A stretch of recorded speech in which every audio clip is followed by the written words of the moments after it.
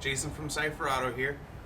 Today we'll be installing the 2008 to 2015 Cadillac CTS and CTS-V harness bar. Let's quickly go over the components that come in the box.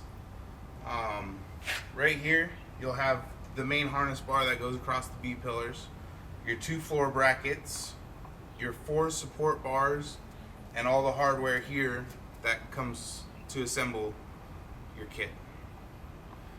You will be using some of the factory component bolts and also supplementing with the supplied hardware. Okay, so now we're looking inside the car. To start, you're going to want to remove this lower cover here, as well as the one on the front, both lower kick panels. They remove pretty easy. Just get your fingers under them and pull up. They pull out pretty easy. Same for the front. Just get your fingers under it, pull up gently, and then the cover comes out. Go ahead and set those aside, and we'll go inside the car.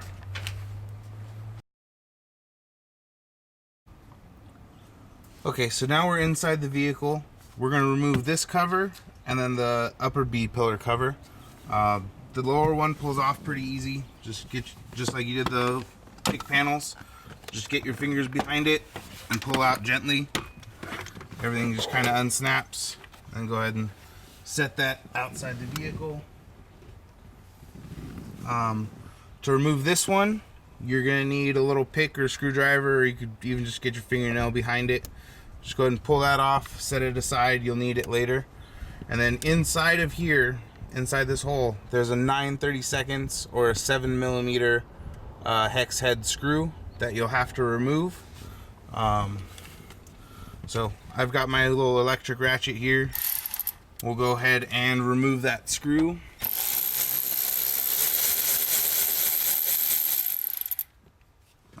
As you can see, the screw's sitting there.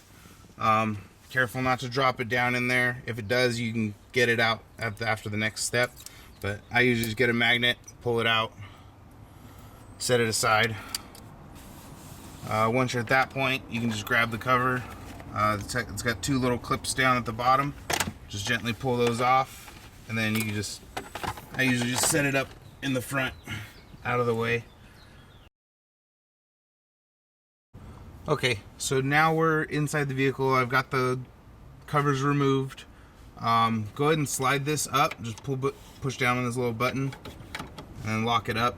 You're going to need to remove this screw. It's a T50 Torx. I got my electric ratchet here. I'll just go ahead and loosen it and pull that off. Just lay that down to the side. And then you have one more T50 down here that holds the rail. You're going to go ahead and remove that as well.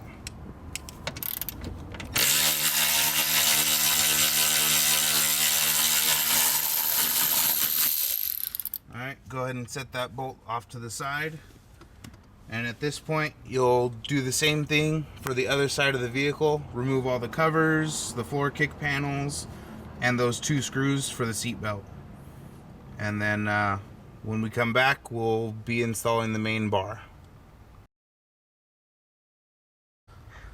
Okay, so I've already got the one side of the main harness bar put in, just for ease. So I'm going to show you how to install the other side, and then you'll just repeat for the other side. You'll get one of the 8mm 1.25 bolts, stick it through the hole, and it's going to go into the lower rail. It's going to be an 8mm socket. Got that in reverse.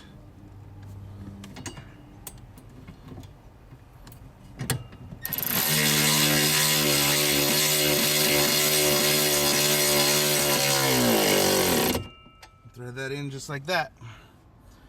That's pretty much tight. You will have some flexibility to move up and down later when you install the support bars, but for the most part, that's how the main bar goes in. And next we'll be installing the floor